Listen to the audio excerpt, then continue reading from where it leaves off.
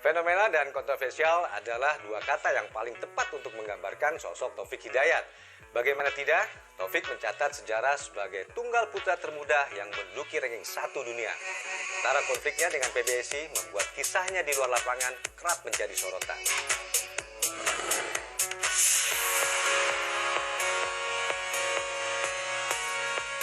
Pada rentang waktu akhir 1960-an hingga awal 2000-an, peta persaingan bulu tangkis dunia di sektor tunggal putra didominasi oleh 4 nama besar, yakni Peter Gade dari Denmark, Taufik Hidayat dari Indonesia, Lee Chong Wei dari Malaysia, dan Lin Tan dari Tiongkok. Keempatnya mendominasi perolehan gelar pada kala itu. Bahkan para pecinta bulu tangkis menjuluki keempatnya sebagai Fantastic Four Badminton. Hal ini kemudian berlanjut hingga keempatnya gantung raket. Melalui program Legend Vision, Peter Gade, Taufik Hidayat, Lee Chong Wei dan Lin Tan berkeliling dunia untuk memperkenalkan olahraga bulu tangkis.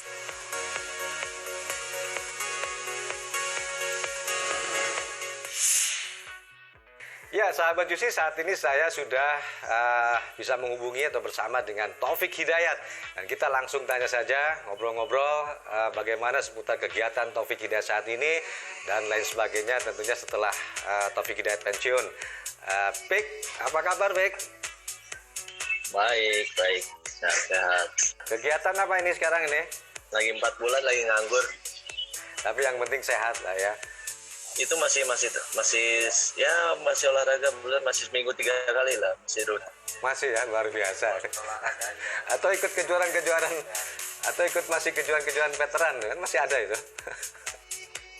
Sekarang udah nggak ada kejuaraannya. Pastinya kan ada tuh yang persiapan Agustus. Cuman kan sekarang udah pertandingannya udah nggak ada sama sekali. Iya.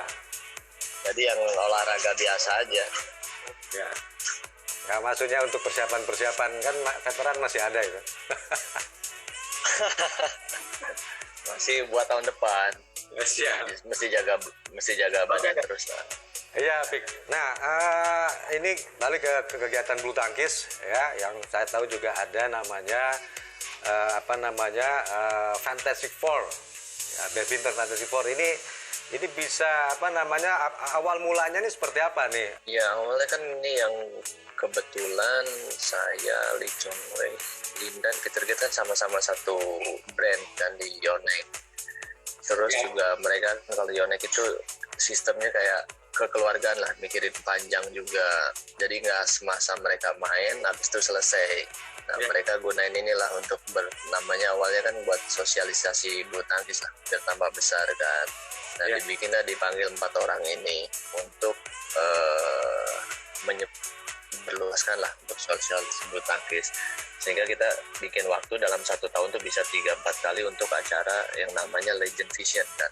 Nah, di situ kita keliling ke negara-negara mana yang untuk memperkenalkan bulu tangkis. Sekalian di situ juga ada semacam yang eksibisi, orang juga senang gitu, karena nggak bisa. Kalau sekarang mungkin lebih enak lagi karena semua kan empat orang itu udah pensiun semua, udah gantung raket semua, jadi bisa barengan gitu loh. Jadi ngatur waktunya lebih gampang. Nah, kegiatan ini udah berapa lama ini? Jadi Lin Dan, Peter Gade, Lee Chong Wei ya, musuh bebuyutan semua itu? Iya. Tapi semua beda generasi kan. Kalau mengenai 3 pemain ini, ya pastinya kalau saya rasa ini pemain legend yang luar biasa. Tapi menurut Taufik sendiri, bagaimana Lin Dan, Lee Chong Wei juga Peter Gade ya, ini pendapat Taufik ini seperti apa nih?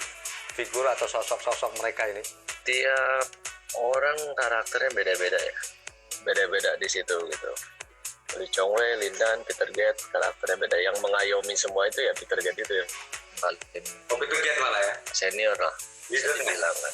Mungkin ya Peter Gade, ya leadernya dia gitu kan. Tapi kalau kadang orang kan membanding-bandingkan gitu, kalau dari segi prestasi ya Lin Dan lah yang paling komplit, paling banyak ya dia gitu kan. Apa sih yang dia belum gitu loh. Ya, kalau dari 3 ini Big ya, dari Lee Chong Wei, Lin Dan, Peter Gade, sebenarnya pada saat waktu itu sebetulnya siapa yang paling susah dikalahkan ini? Peter Gade. ya ya susah gitu karena lindan di Chongwei belum ada gitu loh. Kita mau turun baru kita bisa gitu loh.